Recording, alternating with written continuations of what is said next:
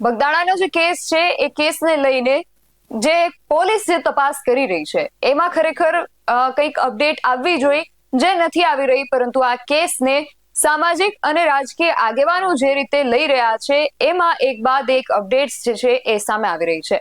અને આવી જ કંઈક અપડેટ સામે આવી છે જેની અંદર પોલીસ જે તપાસ કરી રહી છે એની અપડેટ સામે ન આવતા કોળી સમાજના જે આગેવાનો છે આક્રોશિત થતા જોવા મળ્યા છે. શું છે સમગ્ર વિગત જાણીએ આ અહેવાલમાં. જય હિન્દ, BSI નવી ન્યૂઝ પર આપની સાથે હું છું નિધિ ગઢવી. આપણે આજે સવારે જ જોયું કે કોળી સમાજના બહોળી સંખ્યામાં આગેવાનો જે છે 200-300 ગાડીઓનો કાફલો લઈને સુરતથી ભાવનગર ખાતે પહોંચ્યા હતા અને ત્યાં મહુવાની જે હોસ્પિટલ છે હનુમંત હોસ્પિટલ, એમાં નવનીત બાલદિયા સારવાર લઈ રહ્યા છે તેમની મુલાકાતે પહોંચ્યા હતા.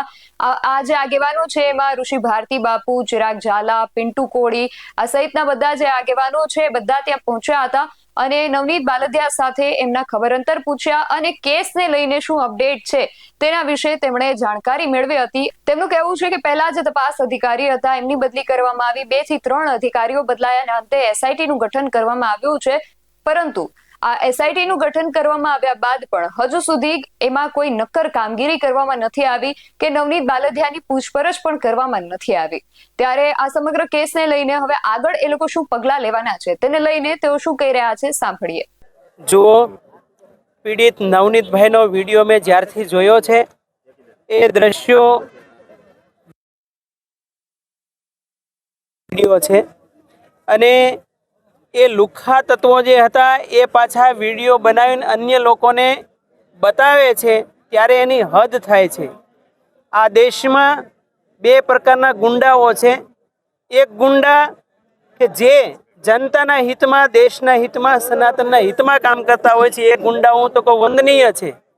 પરંતુ જે ખોટી રીતે લુખ્ખાગીરી, દાદાગીરી કરે, નાના માણસોને દબાવવાના પ્રયાસ કરે એવા લુખ્ખાઓને ગુજરાતમાંથી ને ભારત દેશમાંથી હંમેશા નિકંદલ કાઢી નાખવું જોઈએ. અને એના માટે આ દેશમાં પોલીસ પ્રશાસન છે. આજે પોલીસ પ્રશાસન પણ 2 પ્રકારની છે. એક રાષ્ટ્રને વફાદાર અને અમુક નિશ્ચિત પાર્ટીઓને વફાદાર. એટલા માટે ગુજરાતમાં જે પેરાડોક્સિકલ સ્થિતિ પોલીસ તંત્રની થઈ છે એ એટલા માટે એ સિસ્ટમને હું તો કહું જનતા આજે જાગી ગઈ છે ત્યારે એ સિસ્ટમને ઉખાડવાની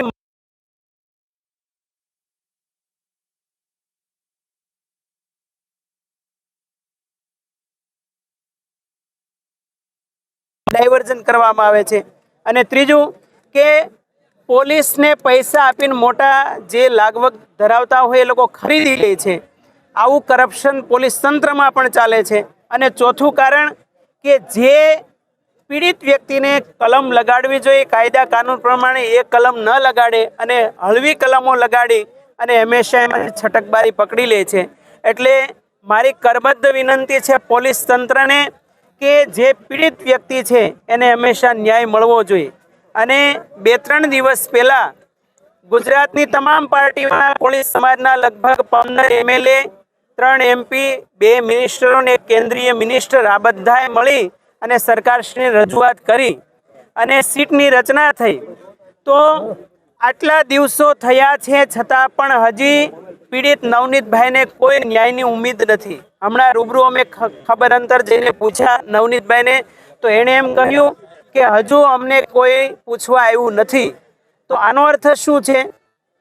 એટલા માટે જ્યારે ગુજરાતમાં 1.5 કરોડનું પોપ્યુલેશન છે, કોળી ઠાકોર સમાજનું આખા વિશ્વમાં 26 કરોડનું પ્રતિનિધિત્વ કરે છે.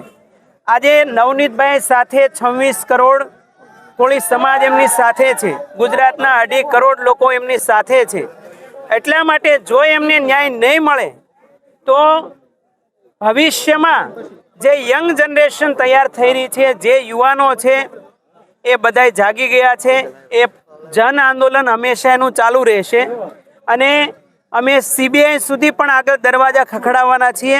અને ત્યાંથી કામ જો સિદ્ધ ન થાય તો યુનોમાં પણ આ મુદ્દો અમે લઈ જઈશું.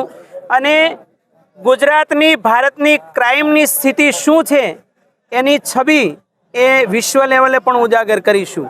જી ચિરાગભાઈ, સુરતથી 200 ગાડીઓના કાફલા સાથે આપ આવ્યા છો, મહુવા શું કહેશો? 200 નહીં ભાઈ, 250 થી 300 ગાડી છે. બરાબર. અને બીજું કે આજે નવનીતભાઈ નિમિત્ત બન્યા છે, અમને બહુ જ આનંદની લાગણી, ખુશી વ્યક્ત થાય છે કે દરેક જે આગેવાનો છે પોતાના પક્ષ ભૂલી, પોતાના સંગઠનો ભૂલી આજે સમાજમાં જે એકતા બતાવી છે ને, એ કોઈક અનેરો ઉત્સાહ છે. આજે તમે જોયું હશે અહીંયા અમારી એન્ટ્રી થઈ અને જે અમારા ભાઈઓએ જે અમારું સ્વાગત કર્યું છે એ બદલ તેનો દિલથી આભાર માનું છું.